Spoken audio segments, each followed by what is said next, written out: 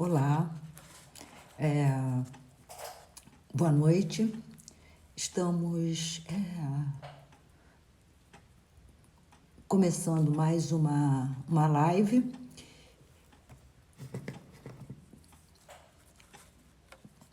e eu gostaria de que hoje, nós vamos discutir sobre gratidão, polidez social ou virtude. Isso aí, né, foi um fator que eu só me dei conta depois que eu fiz o título, porque eu tenho esse hábito, né? Eu tenho o péssimo hábito de me apertar sem me abraçar, ou seja, eu acho um título bonito, monto um título e depois, quando eu vou sentar para escrever sobre aquilo que eu mesmo propus, eu fico um pouco complicada. Isso é bastante interessante. E ontem, quando eu fui fazer a live, né, escrever o texto, eu pensei, o que eu fiz, né? Eu elaborei o título da live e agora foi ontem à noite. Quando comecei a pensar para desenhar o texto, me dei conta de que o caminho que vou percorrer é o caminho proposto por André Comte Sponville. É um filósofo materialista contemporâneo, na obra Pequeno Tratado das Grandes Virtudes. É uma obra que eu gosto muito. Pequeno Tratado das Grandes Virtudes. É uma obra que eu admiro muito. E quando eu pensei, né, no caminho que eu ia fazer, eu pensei o seguinte: nessa obra, o Sponville, ele começa com uma pergunta, né? E qual é essa pergunta? Ele pergunta se a polidez é uma virtude. Para não perder o humor, a pergunta seria: gratidão, polidez social ou individual? Lógico, se eu pergunto gratidão, polidez social ou virtude, e o Comte Sponville vai discutir se a polidez é uma virtude, eu tenho que perguntar se a gratidão é uma polidez social ou individual. É brincadeira. Bem, vamos em frente. O que é virtude? É uma força que age ou que pode agir. Então, de acordo com Comte Sponville, virtude é uma força que age ou que pode agir. Por exemplo, a virtude da faca é cortar. A virtude do homem é querer agir humanamente. A virtude é poder, né? É aquilo que pode. Mas é um poder muito específico. O poder da faca é cortar. O poder do homem é agir humanamente. Então, se virtude é poder, a virtude da faca não é a da espada. A virtude do homem não é a do tigre. A virtude de um ser é o que constitui o seu valor, a sua excelência própria. Isso é muito interessante, isso é muito bonito quando a gente fala nessa excelência própria, né, em virtude, sobretudo no mundo contemporâneo, sobretudo durante uma pandemia, né, mesmo fora da pandemia. Então, prestem atenção que isso faz toda a diferença. A boa faca é a que corta bem. O bom remédio é o que cura. A faca não tem menos virtude na mão de um assassino do que na mão de um cozinheiro. Vejam que interessante é isso. A melhor faca é a que melhor corta. Então, a faca, entendam, ela não tem menos virtude na mão de um assassino ou na mão de um cozinheiro. Qualquer que seja a mão, a melhor faca será a que melhor corta. É aquela que cumpre a sua virtude. É aquela que caminha, né, para a excelência. Então, qual a excelência própria do homem? A virtude de um homem é o que o faz humano. é o poder específico que tem um homem de afirmar sua excelência própria, isto é, sua humanidade. Isso é bastante interessante, mas como a virtude ela não é natural, como a virtude ela é social e histórica, a minha pergunta, as minhas elucubrações, as reflexões que eu vou fazendo, não é a seguinte: é o poder específico que o homem tem de afirmar a sua excelência própria, isto é, a sua humanidade. É apenas uma pergunta para que nós possamos pensar. Não é uma resposta. Não tenho resposta. Todos os seres humanos afirmam a sua humanidade. Estão dispostos a afirmar a humanidade. Nós nascemos humanos ou nós nos tornamos humanos? Eu, como boa psicanalista, né, diria que nós, trazendo para essa linguagem, né, de humanidade, nós nos tornamos humanos. Nós não nascemos humanos. A psicanálise não fala em humano, né, fala em sujeito. Então, nós nos tornamos sujeitos. Nesse sentido, nós nos tornamos humanos. Então, as virtudes não são naturais, são morais e históricas, são sociais. De acordo com Aristóteles, é um filósofo grego que eu admiro muito, a virtude é uma maneira de ser adquirida e duradoura. Adquirida por quê? Porque ela não é inata. Ninguém nasce mais virtuoso do que o outro ou não, né? É o que somos. É o que podemos fazer. É a nossa maneira de ser e agir humanamente. Então, eu poderia inferir que há pessoas que são mais humanas do que outras. Obviamente. Nossa capacidade de agir bem. Então, para Aristóteles, a virtude é uma disposição adquirida de fazer o bem. A virtude é o próprio bem. Não tem como nós discutirmos, né, o que seja o bem. O que seja o bem está muito dentro de uma perspectiva ética elementar. Não faça com o outro aquilo que você não gostaria que fizesse com você. Ponto. Ponto. Então, o oposto também é verdadeiro. Faça com o outro aquilo que você gostaria que fizesse com você. Então, se eu gostaria que o outro me respeitasse, eu preciso respeitar o outro. Se eu preciso que o outro, eu também tenho que fazer pelo outro. Não é só eu esperar que o outro faça por mim e eu não faço pelo outro. Bem, então, o bem não é para ser contemplado. É para fazer. Isso eu já falo há algum tempo, não é? Nós precisamos entender que o que muda uma realidade são ações e não intenções. Então, o bem não é para a gente contemplar. O bem é para que nós possamos fazer. O bem é para ser feito. O bem implica em ação. Eu até publiquei no meu Instagram uma frase da Madre Teresa de Calcutá, que ela diz o seguinte: as mãos que fazem, eu acho que é isso, são mais sagradas do que os lábios que oram. É qualquer coisa assim desse tipo, né? Eu acho isso de uma beleza muito grande. Orar, muito louvável, mas se eu não fizer, eu não sei se uma oração muda uma realidade. Então, nós precisamos fazer. Isso é extremamente importante. O verbo é fazer. Freud diz que o pensamento é um ensaio para a ação. Então, o bem não é para ser contemplado, é para fazer. Freud diz que o pensamento é um ensaio para a ação. Mas eu, Virgínia Ferreira, né, eu digo que o que muda uma realidade são ações. Então, se eu ficar no âmbito das ideias, no âmbito do pensamento, o meu pensamento não muda a realidade.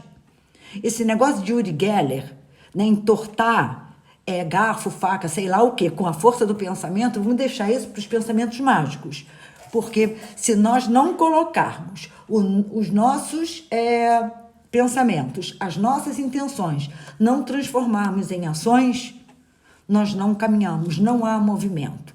Pensamento não movimenta o mundo. O que movimenta o mundo, o que muda uma realidade, o que faz com que uma pessoa possa se aprimorar enquanto ser humano são as suas ações.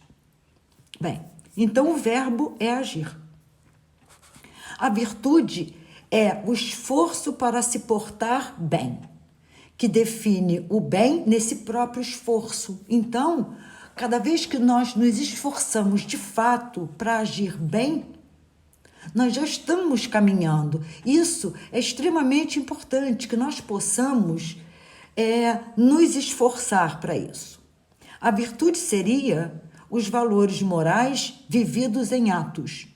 A virtude seria os valores morais vividos em atos. Isso implica que pensar as virtudes nada mais é do que medir a distância que nos separa delas. A virtude é o bem. Quantas vezes, em nome do nosso egoísmo, em nome da nossa ingratidão, em nome da nossa agressividade, nós nos distanciamos de uma postura que nós poderíamos ter. Então, quando nós falamos, né, que pensar as virtudes nada mais é do que medir a distância que nos separa dela, a mesma coisa eu posso falar da ética. Pensar na ética, né, é medir a distância que me separa dela. Porque nós temos sempre uma justificativa para os nossos deslizes. Bem, quando Freud, novamente, né, os nossos restos não civilizáveis estão por aí para que nós possamos, de fato, nos esforçar. São esses restos não civilizáveis. Eu sou freudiana, eu sou psicanalista, eu sou freudiana. Freud vai falar desses restos não civilizáveis, não é? Dessas, vamos dizer assim, dessas energias psíquicas agressivas e egoístas. Então, é como se fosse para nós tentarmos e não conseguirmos mesmo. Porque se nós conseguíssemos, nós chegaríamos à perfeição. Não alcançaríamos a imortalidade, não é? Mas chegaríamos, como seres humanos, à perfeição. Seríamos todos muito bons, né? Então, para a gente não conseguir, bem, é brincadeira de psicanalista, mas se quiserem levar a sério, tudo bem, eu aceito. Pensar sua excelência é pensar nossas insuficiências ou nossa miséria. Nossas insuficiências e nossa miséria como seres humanos, como seres inseridos numa coletividade e que pensamos individualmente. A reflexão sobre as virtudes não torna ninguém mais virtuoso. Isso é fundamental. Eu estou estudando as virtudes. Sim, e aí? O que isso quer dizer? Mas é um passo importante? É um passo importante. Então, nós, entendam bem, refletirmos sobre as virtudes é um primeiro passo, mas ele não pode ser único. Ele é insuficiente. Refletir, estudar, de uma forma se implicando, não é? Se implicando nisso, eu digo que não é o suficiente, mas é um passo importante. Bem, então, vamos passar agora para polidez. Polidez é um termo que eu acho assim interessantíssimo e me chama muito a atenção a forma com que o André Comte-Sponville, na obra Pequeno Tratado das Grandes Virtudes, ele vai trabalhar a polidez. Vai trabalhar as virtudes, como ele vai trabalhar a polidez. Perceba. Ele vai dizer: A polidez é a primeira virtude, a origem de todas. Então, é a origem de todas elas. Entretanto, a polidez faz pouco caso da moral. Olha que interessante. Então, a polidez faz pouco caso da moral. É a primeira das virtudes, é a origem de todas elas, mas a polidez faz pouco caso da moral. Um nazista polido, em que altera o horror, o nazismo? Em absolutamente nada. É só para a gente começar a pensar nessa tal dessa polidez, né? Então, quando uma pessoa polida é mal, a polidez não altera em nada a maldade dela. Mas precisamos considerar que a polidez não tem pretensões morais. Então, ele vai dizer que a polidez faz pouco caso da moral, mas também a polidez não tem pretensão moral alguma. Alguma, né? O ser da polidez se esgota inteiro em seu aparecer, na sua aparência. Então, a polidez é aquilo que é observável, aquilo que é passível de observação. E tudo aquilo que você pode observar, você pode imitar. Isso é bastante interessante. Então, quando nós falamos que uma pessoa é polida, nós não estamos dizendo que ela é boa. Nós estamos dizendo que ela tem boas maneiras de se portar, daquilo que você pode perceber, daquilo que pode ser visto, né? Então, ele se encerra na aparência. Muitas vezes nos deparamos com o contraste, que é muito mais estético do que moral, mais a surpresa do que o horror, mais o espanto do que a reprovação. Já numa perspectiva ética, a polidez torna o mal mais odiável. Um exemplo disso, a psicopatia. O psicopata, via de regra, há exceções, é aquele cara que é muito educado, é aquele cidadão que é muito religioso, é aquele cidadão que foram poucas as vezes que você viu ele tenso, falando alto, dando um soco numa mesa. São sempre pessoas muito polidas, muito educadas, muito gentis. E que por isso você não acredita que seja capaz de fazer o que elas fazem. Isso é uma questão importante. Isso aí é uma questão muito importante. Um caso verídico foi a pessoa, não importa, de um pintor. Era ele, a esposa, a filha e o filho. Os filhos em idade com menos de 10 anos. E apareceu um cidadão na rua e que eles davam comida. E esse cidadão começou a trabalhar junto com ele. Ele pintava casas, né? Fazia esses serviços e ele levou para trabalhar junto com ele, para fazer serviços na casa e tudo mais. E botou esse cara dentro da casa dele, por fim. Daí, o que aconteceu? Daí, o que aconteceu foi que o filho dele sumiu. Todo mundo desesperado atrás do filho dele, inclusive esse cara. Depois de 1 mês e meio, mais ou menos, descobriram que foi ele quem estuprou, esquartejou e enterrou o menino nos fundos da própria casa. E era um rapaz que tinha boca e não falava. Um rapaz que falava baixo, um rapaz muito educado, muito gentil. Matou o filho, não foi a filha. Então, na realidade, quando uma pessoa ela é polida, é mais o espanto do que qualquer outra coisa. Sabe por quê? Porque dela você não espera. Nós temos esses hábitos, né? Ou, contrário às virtudes, eu diria que nós temos esses vícios de achar que toda pessoa educada é boa, toda pessoa grosseira é má. E aí, nos tornamos presas fáceis. O maníaco do parque.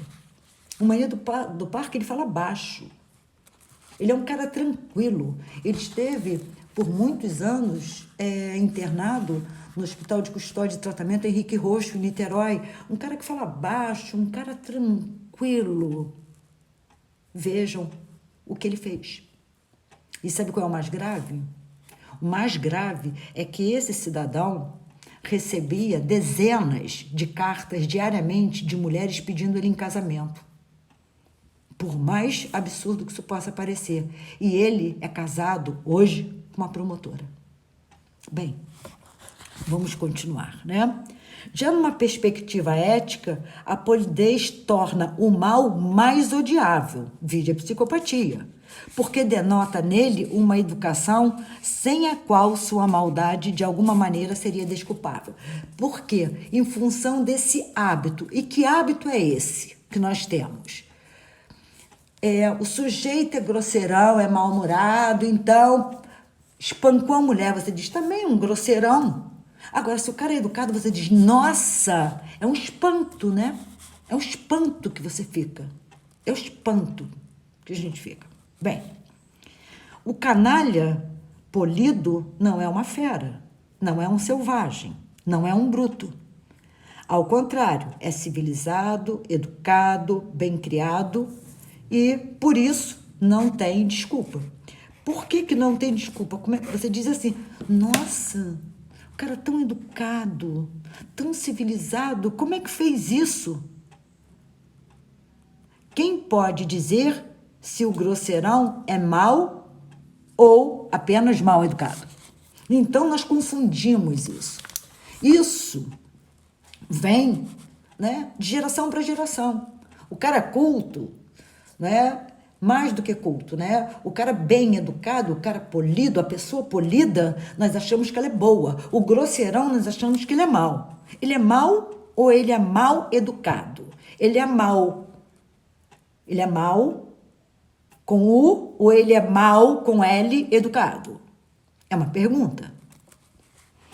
O nazismo, como um êxito da sociedade alemã, eis o que julga tanto o nazismo como a Alemanha, quero dizer, aquela Alemanha que tocava Beethoven e assassinava os judeus. Diante da polidez, o importante, antes de mais nada, é não se deixar enganar. Aquela Alemanha que tocava Beethoven e matava idosos, crianças, jovens, não importa. E tocava Beethoven. Quer dizer, a questão é nós não nos deixarmos enganar diante da polidez. Que nós nos deixamos, muitas vezes, enganar pela polidez. E quando nós nos deixamos enganar pela polidez, nós nos tornamos presas fáceis. Bem, a polidez, de acordo com Comte Sponville, é anterior à moral e a permite.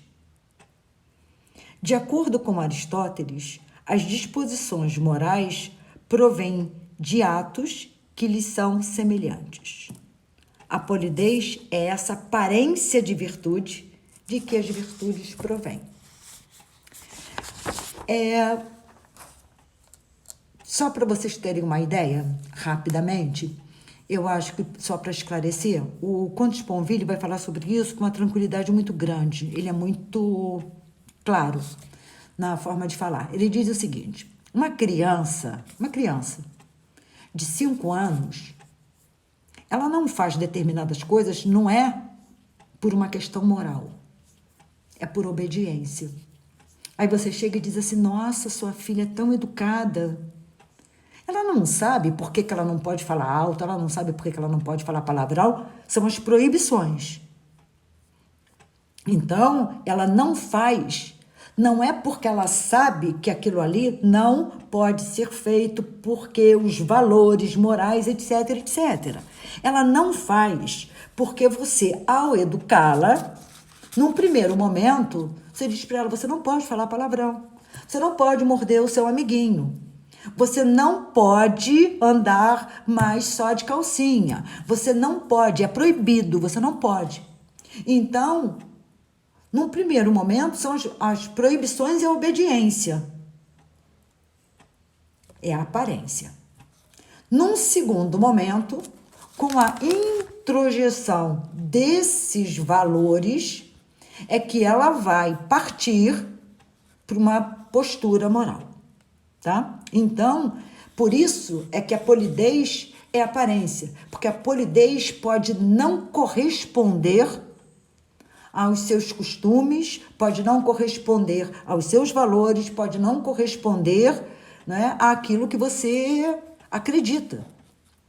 Ou pode corresponder. Bem, o saber viver não é a vida. A polidez não é a moral. Prestem atenção no que Comte Sponville fala agora, que eu acho sensacional.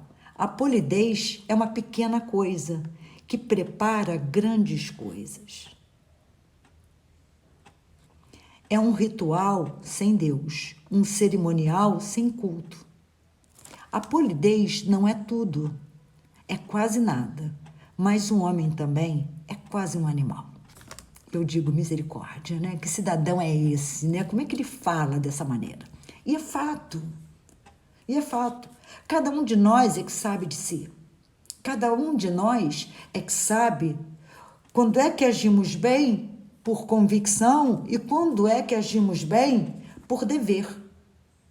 Quando agimos bem por dever, porque nos sentimos na obrigação, isso é polidez. Quando fazemos por convicção, porque acreditamos nisso, eu diria que está ligado à moral e à ética. Então, o ser humano ainda tem muito que se aprimorar. Essa é uma realidade. Basta que a gente olhe ao redor da gente. Se a gente olhar ao redor da gente, a gente vê o quanto nós precisamos nos aprimorar. Bem, então, passamos pelas virtudes, passamos pela polidez, agora vamos chegar na gratidão. O que é gratidão, né?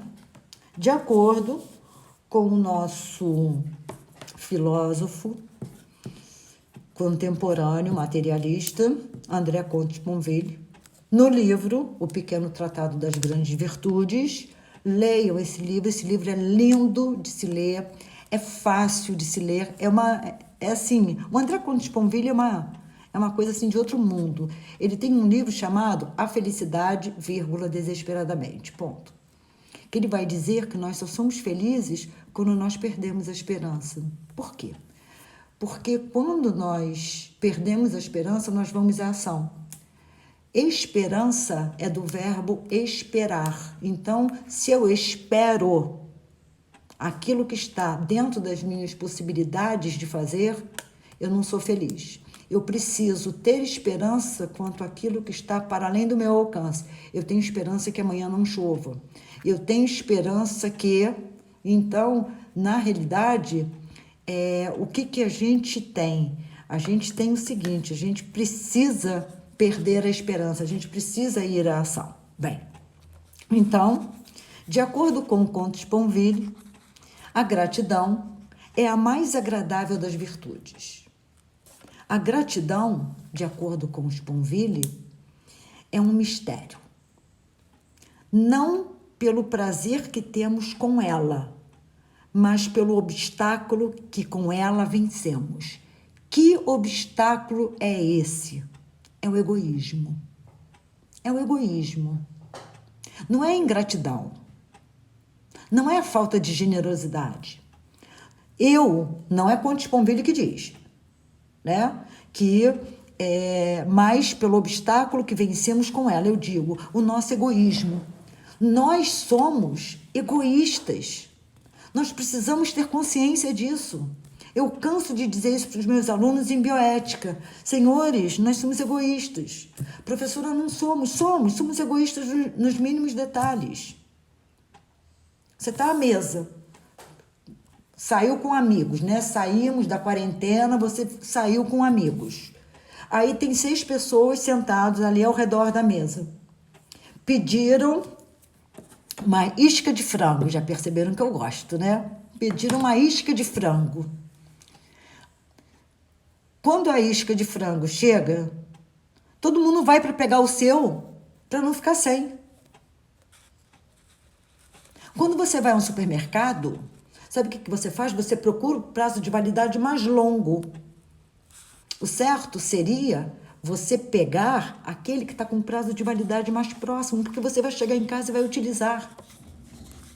Nós somos egoístas nos mínimos detalhes. Então, a gratidão é um mistério, não pelo prazer que temos com ela, mas pelo obstáculo que com ela vencemos. Eu tenho que deixar de ser egoísta para ser gratidão. Então, na realidade, o que se opõe, de fato, ao egoísmo é a generosidade. Então, segundo o meu entendimento, não foi Sponville que disse, o egoísmo se opõe à gratidão e se opõe à generosidade. O egoísta, ele não é generoso. O egoísta, ele não é grato. O outro fez por ele, aquilo que o outro faz por ele, na realidade, ele está fazendo um favor. Que favor? Alguém fazer alguma coisa por mim? Eu estou permitindo que essa pessoa faça, então eu estou fazendo um favor a ela. Vocês têm noção do que seja isso? Isso é uma coisa de outro mundo. Eu lembro, eu tenho um primo que todo domingo eu levava ele para passear. Todo domingo, ele é bem mais novo que eu, muito mais novo. Eu levava ele para passear, Silvinho. Aí um dia, ele pequenininho, devia ter uns 5 anos, eu fui lá buscar ele para passear, aí ele ficou aborrecido com alguma coisa que eu fiz, ele falou assim, então não vou mais sair com você para passear, como se ele é que me fizesse o favor de ir passear comigo. Eu achei aquilo tão bonitinho, mas era uma criança, né? Quer dizer, então, mas eu acho que na realidade ele me fazia assim, porque ele me alegrava. Mas vamos lá. Então, na realidade, o que se opõe ao, né, a gratidão e o egoísmo.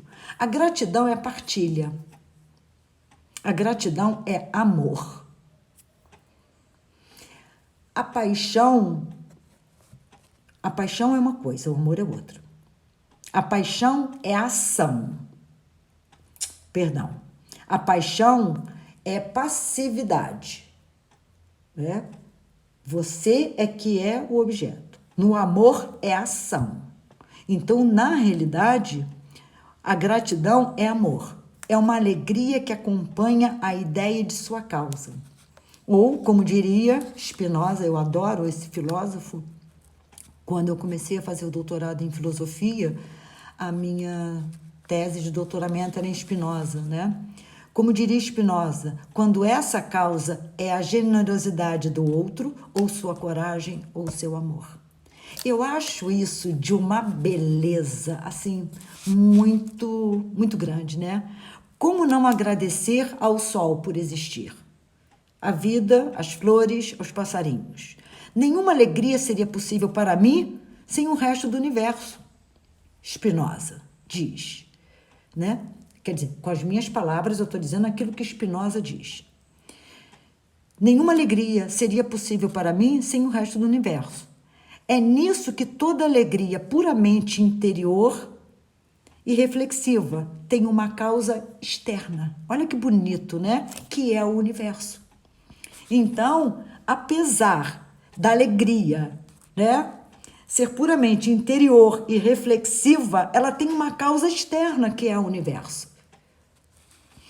Gratidão universal pelo todo, de que não excluiria nada, de que não recusaria nada, nem mesmo o pior, que aí em Nietzsche, né, seria a gratidão trágica, uma vez que o real é para pegar ou largar. Eu digo que eu pego. Eu, Virgínia Ferreira, eu pego, né? Então, eu acho que nesse sentido, tanto Spinoza quanto Nietzsche, né, eles são assim espetaculares, né? A gratidão é gratuita. É gratuita. Não se confunde com reconhecimento ou retribuição de cortesias. Gratidão é ver no outro a causa de sua alegria. Seja esse outro uma pessoa, um animal, uma árvore, o mar, um autor, um sorriso, algumas lembranças, enfim. Gratidão é alegria, gratidão é amor, gratidão é a felicidade de amar. Nem todos têm essa capacidade. Nem todos têm essa capacidade. Então, na realidade,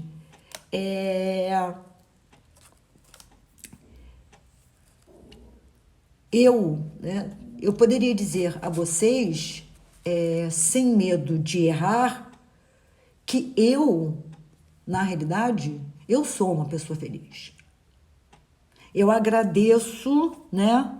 Eu agradeço pelo meu dia, eu agradeço pelo ar que eu respiro, eu agradeço pela minha família, eu agradeço mas eu agradeço mesmo. Mesmo. Eu gosto da vida, né? Eu gosto de tudo isso. Só para vocês terem uma ideia, o Conde Sponville, ele tem uma posição que é bastante clara sobre o luto, o trabalho do luto, né? O trabalho do luto é um trabalho de gratidão. Vejam que interessante, que visão é essa que o Sponville tem, né? O trabalho do luto é um trabalho de gratidão. Aspas, que agora eu vou falar com as palavras do Sponville. Trata-se de aceitar o que é, portanto, também o que não é mais, e de amá-lo como tal, em sua verdade, em sua eternidade. Trata-se de passar da dor atroz, da perda à doçura da lembrança, do luto a consumar ao luto consumado. É você ser grato por ter vivido com aquela pessoa, você ser grato, ter gratidão por ter tido a capacidade de amar aquele animal, ser amado por aquele animal que você hoje não tem mais. Que quantas pessoas, na realidade, passam pela vida sem ter essa capacidade, né? Então, essa capacidade de amar, essa capacidade de doar-se ao outro, de se alegrar com o outro, essa capacidade de ser feliz com o outro, pelo outro, eu acho que nós precisamos entender a beleza disso, a profundidade disso. Isso é muito profundo, né? Então, nós só nos enlutamos, só precisamos fazer um trabalho de luto por tudo aquilo que nós um dia tivemos, amamos, nos alegramos e que hoje não temos mais. Não temos mais fisicamente, mas temos na memória, temos na lembrança. Então, nós devemos ser gratos, na realidade, por tudo aquilo que nós temos e que um dia nós vamos perder. Ou o outro vai nos perder, né? Porque todos nós somos finitos. Mas isso é muito bonito. Isso é muito bonito. Você não fica enlutado por alguém que foi embora que você não gostava, que era indiferente. Você não fica enlutado por um animal que você teve, que você não tinha muita afinidade com ele, enfim. Mas eu gostaria que vocês entendessem a importância da gratidão no luto. Porque até o luto é um trabalho de gratidão. Que você sai da dor para a doçura das lembranças. E que é, na realidade, um ato de amor. Por que é um ato de amor? Vocês vão me perguntar, porque quantas vezes fazemos de tudo para que o outro sobreviva mais 3, 4, 5 dias, uma semana, não é pelo outro. É para que eu não sofra a perda dele.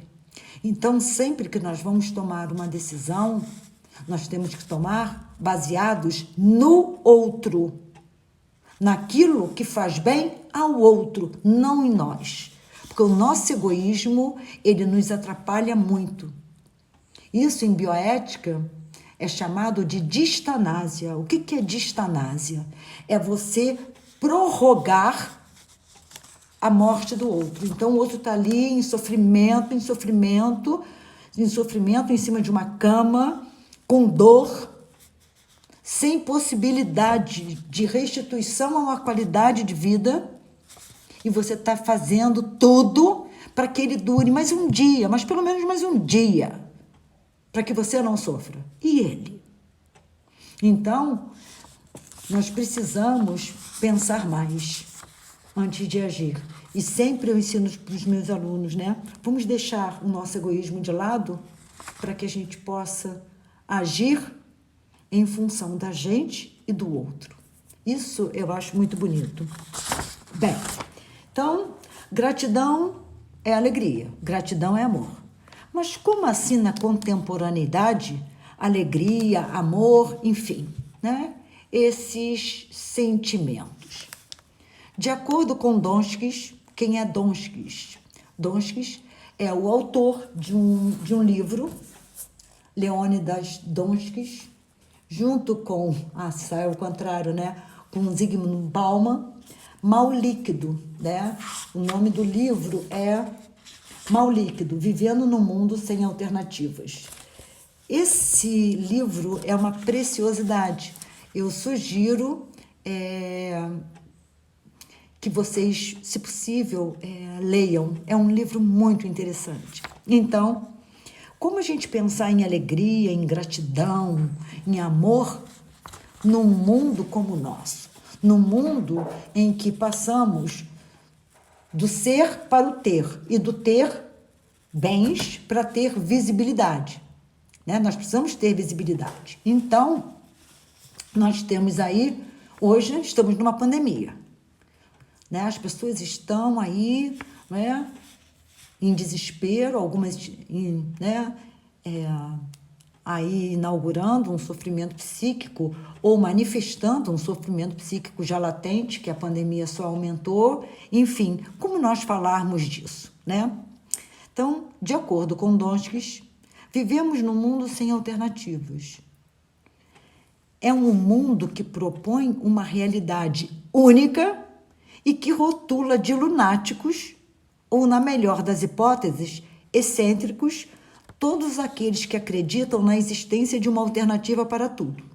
Será que Donskis estava falando de mim? É brincadeira, porque eu acho que há uma alternativa para tudo, né? O mundo, provavelmente, segundo Donskis, nunca foi tão inundado de crenças fatalistas e deterministas. A convicção de que ser pessimista é um ser, em geral, mais nobre e elevado assolou o mundo. Então, todo pessimista, ele é mais nobre, né? Ele é mais sofisticado do que os otimistas ou os realistas. Vivemos numa era de pessimismo. É nessa era que nós vivemos, sobretudo agora com a pandemia. O pessimismo tomou conta.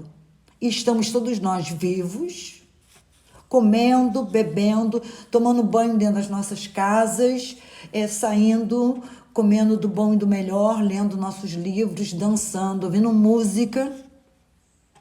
Mas parece que nós não temos alternativa, né? O Bauman vai dizer que o mal líquido, na realidade, é o divórcio entre as produções do imaginário e a realidade. O mal líquido é você achar que não tem alternativa. Sabe por quê? Porque hoje nós lidamos com seduções e desmanches.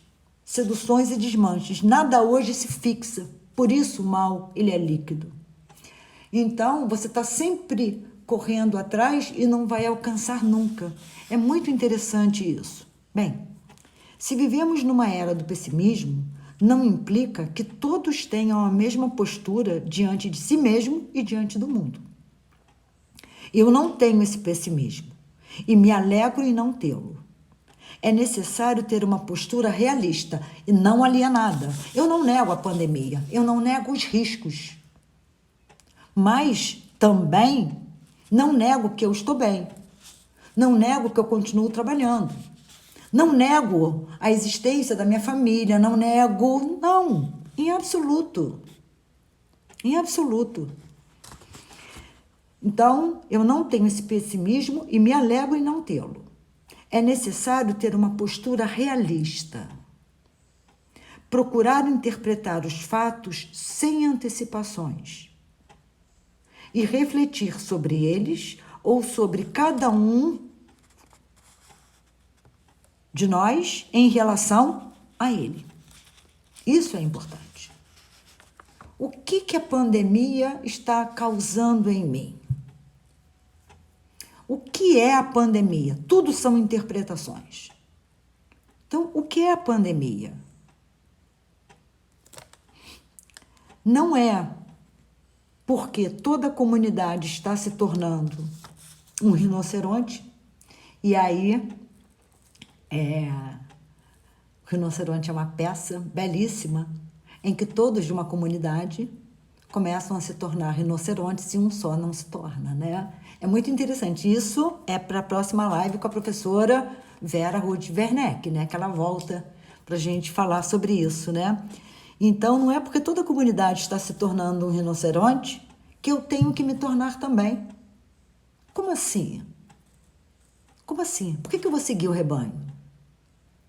Para quê? Eu não tenho um projeto de vida?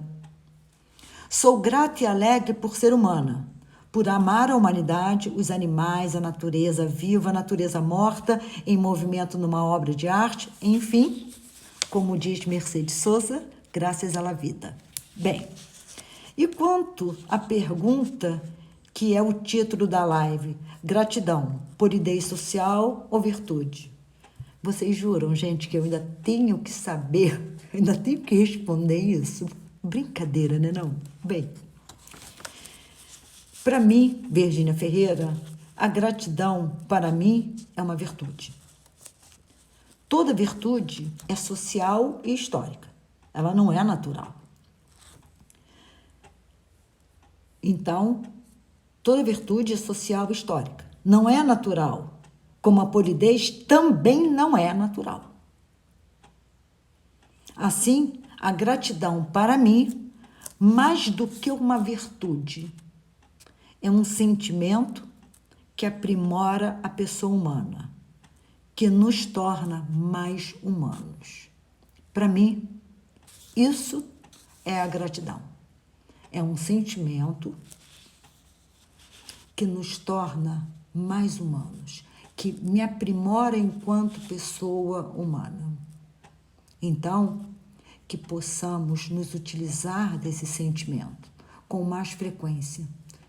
Seremos assim, com certeza, mais felizes e pensaremos menos individualmente e mais no bem para a coletividade, da qual eu faço parte.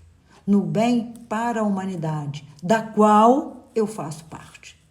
Então, senhores, eu penso sem nenhuma proposta de alienação, longe disso. Eu nunca tive essa proposta, não a tenho. Eu acho que nós precisamos, sim, ser gratos. Ser gratos. Gratos pelo ar que respiramos, pela visão que temos, visão mesmo, por enxergar, gratos pela visão de mundo que temos, gratos pelo ar que respiramos, gratos pela capacidade de amar. Eu acho que nós temos que agradecer, ter gratidão. Ter gratidão é isso, né? É isso. É saber que o outro fez pela gente porque ele quis. Ele pode ter o que ele quiser, mas se ele divide com você, se ele te dá, não é? Por que não ser grato? Né? Eu tenho a vida, eu tenho a visão, eu tenho, enfim, alegria, e eu sou grata por tudo isso. Bem, muitíssimo obrigado a todos, né? Muitíssimo obrigada. Minha gratidão a vocês por me escutarem esse tempo todo. Eu acho que numa época de pandemia nós temos, sim, que ser realistas. Estamos aqui, estamos vivos, estamos participando de uma live. Eu, aos 57 anos, sempre vivi, né? Sempre vivi Virgínia, né?